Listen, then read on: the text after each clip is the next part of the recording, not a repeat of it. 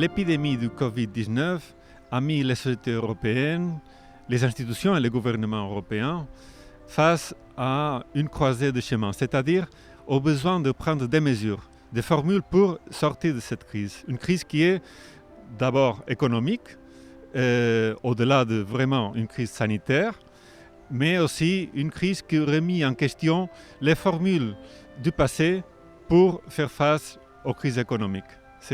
C'est différent dans beaucoup d'aspects. Il y a aussi le besoin donc de nouvelles approches, de nouvelles idées, telles que par exemple pour la récupération économique, profiter de cette crise en tant qu'opportunité pour accélérer le processus vers une économie verte, une économie cohérente avec la lutte contre le changement climatique.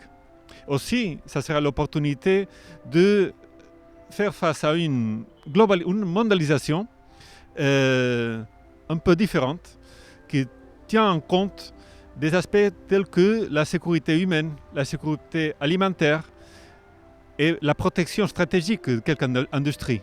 Donc il y aura des changements certainement.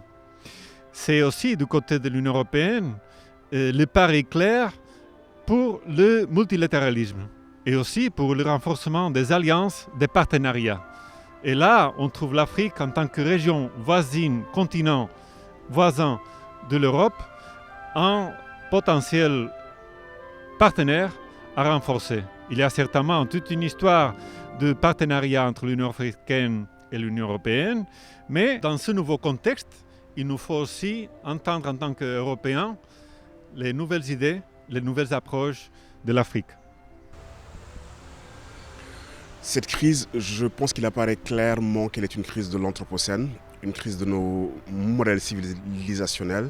Elle a fait apparaître les fractures sociales, les inégalités et le fait que cette économie mondiale, la manière dont elle fonctionnait, elle n'était pas durable. Et sur le continent africain, donc, il y a un certain nombre de défis que nous devons impérativement relever.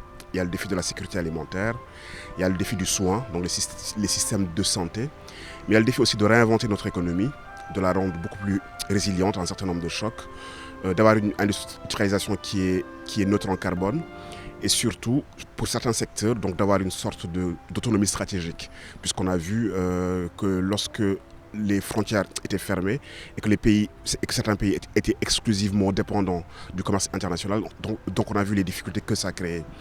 Mais je pense aussi qu'au-delà des réponses locales, il y aura forcément des réponses globales qu'il faudra articuler parce que la pandémie, elle est globale et nul n'échappera aux effets d'une crise climatique.